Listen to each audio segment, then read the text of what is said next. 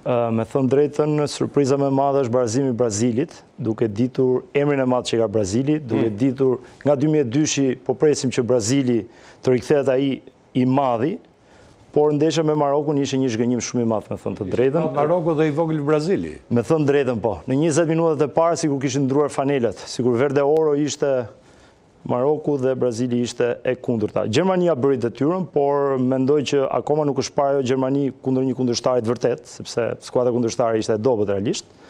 Dhe surpriza tjetër ishte Turqia, e cila kishte dominuar gjatë gjithë lojës, por futbolli tregon që ndonjëherë Kangurët arritën të fitojnë 2-0, Australia fitoi 2-0 duke shkuar 2 herë. Që konsiderohet që Turqia duhet bënte mirë. Po, sepse Turqia 80% e topit e ka mbajtur, ka pasur mbi 10-12 raste, por nuk e ka arritur të konkludojë. Nuk fitojnë statistikat, fitojnë ata që çojnë topin rrjedh, ndonjëherë statistikat janë make-up, buskuq. E vërtet.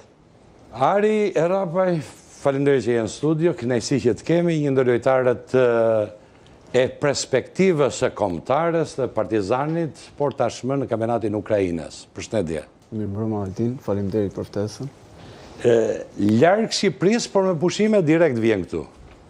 Normalisht se kam familjen, shoqërinë dhe ku t'i kaloj më bukur pushimet se sa në Shqipëri, por andej me stërvitje lodhemi kampionati në fund i duam dhe ca ditë pushim. Okej, super, do të pyes për shumë gjëra me që jenë në studio se nuk të kemi çdo ditë këtu.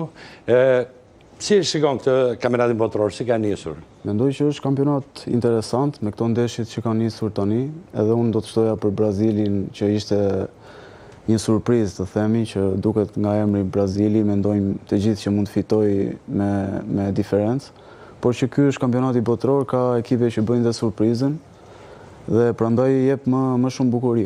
Super, okej, mirë, Sara Leshaj, përshëndetje mi mbrëma. Përshëndetje, faleminderit për ftesën. Dakord, jemi këtu, shikojmë futboll të gjithë, shijojmë të gjithë, ju si e keni parë këtë World Cup? Në fakt, është shumë interesante, normalisht surpriza më e madhe ka qenë ndeshja me Gjermaninë. Për mua, vazhdon të mbetet favorite Franca, përderisa edhe 2 kupa i ka fituar në fakt. Që ke mirë me futbollin ti. Që ke informuar tamam.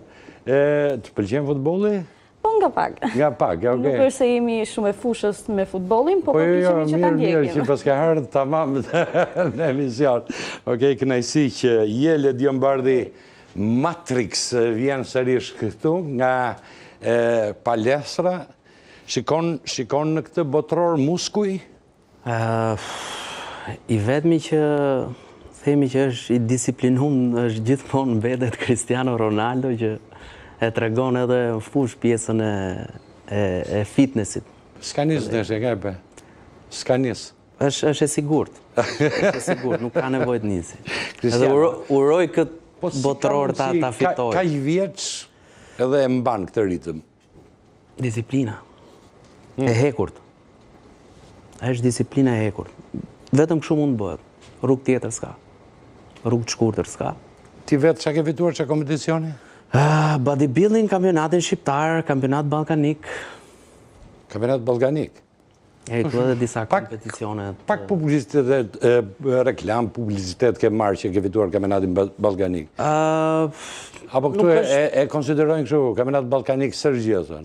Për teja saj, do më thonë, nuk është dhe shumë sport që ndiqet le të themi, thua është ai rrethi i ngushtë i sportit. Ne të falenderojmë ty dhe shumë të tjerë që na kanë dhënë mundësi që si ta po shikoj, i pari nuk del dot në lagje, unë jo njërë, të lagja ime, aty që i marrë gjithë, nuk dal dot i pari të lagje. Ke parasysh për gjithë garat kështu, për paralele Moskujë.